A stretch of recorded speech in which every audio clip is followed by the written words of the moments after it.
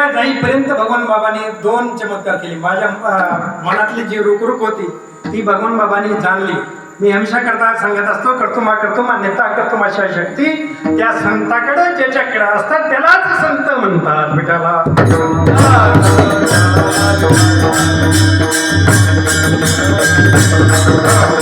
आणि खरे जे संत खरं ओळखायचं जर झालं ना, माझ्या अनुभवावरून तुम्हाला सांगतो महाराज, ते स्वप्नामध्ये तरी तुम्हाला आशीर्वाद देतील.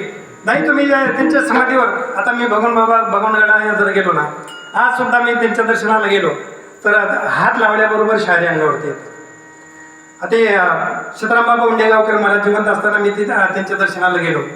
त्यांच्या पायाला स्पर्श झाल्याबरोबर मला आनंद सुरू आला. ही खऱ्या संताची ओळख.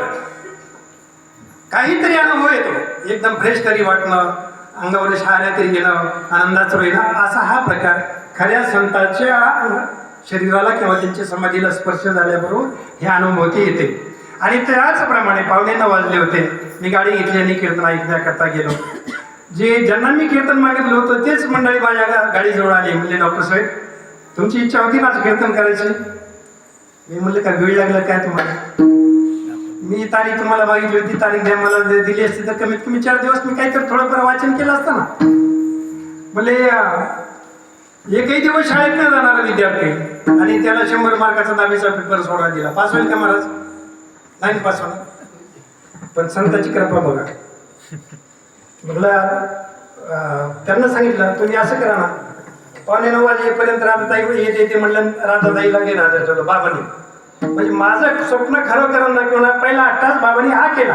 दुसरा 8 तास मी त्या गावकऱ्यांना सांगितलं, म्हणलं दुसरा एखादा तुमच्याकडे 2,000 लोकांचे महाराज लोकांचे फोन आहेत, एखाद्याला फोन करा आणि त्यांना बोलून घ्या.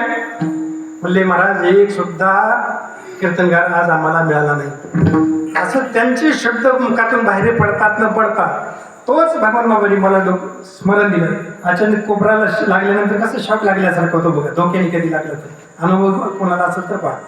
आणि तसा बाबांनी मला हे दिलं, स्मरण दिलं मला की बाळा हा 8 तास तुझ्यासाठी केला, 2 चमत्कार तुझ्यासाठी केले. पहिला चमत्कार राधाताईचा नपला, ऐन वेळेला गैरहजर ठेवलं आणि यांना दुसरा एकही कीर्तनगार म्हणून दिलं. आता मला तर प्रश्न पडला, म्हणले एवढं मला तुम्हाला काही येत नाही. 2,000 लोक जमलेली होते कीर्तनाला, खेड्यापाड्याचे लोक. आता महिला म्हणल्यानंतर महिला मंडळ खूपच जमलेलं होतं. हे सत्यपर्यंत सांगायला बोलू. कोणाला जर ह्याच्यामध्ये मी खोटं बोलतोय असं वाटत असलं त्या गावामध्ये जाऊन विचारा प्रत्यक्ष. समाज जमलेला भरपूर. म्हणले तुम्ही असं करा, तुम्हाला कीर्तन केल्यासारखं आपलं प्रवचन केल्यासारखं का ना, पण आता एवढे लोक निराश होऊन परत जाण्यापेक्षा तुम्ही काहीतरी बोला. बाबांनी मला स्मरण दिलं की तुझ्यासाठी केले, आता नाही म्हणू.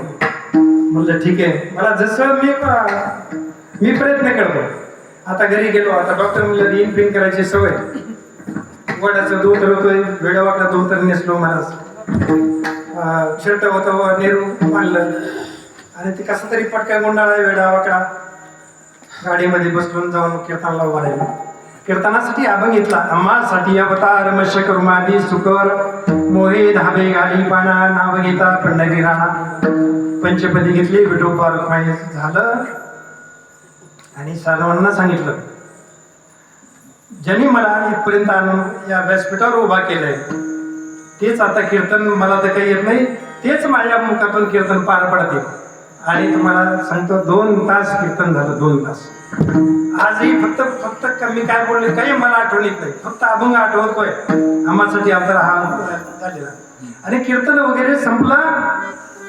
सगळे गावकरी म्हणायला लागले, डॉक्टर साहेब तुम्ही तर रोज इथं सणाने हेच लावताय, कधी तुम्ही वाचन केलं? वाचन वगैरे काही केलं नाही.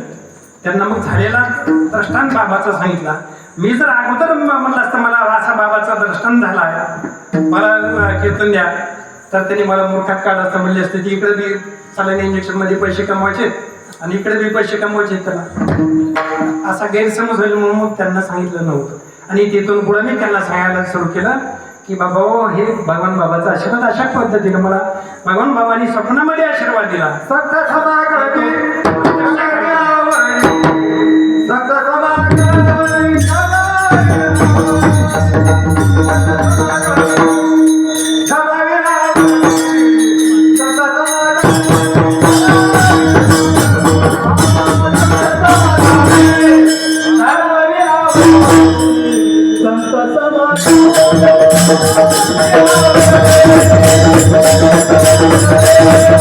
Thank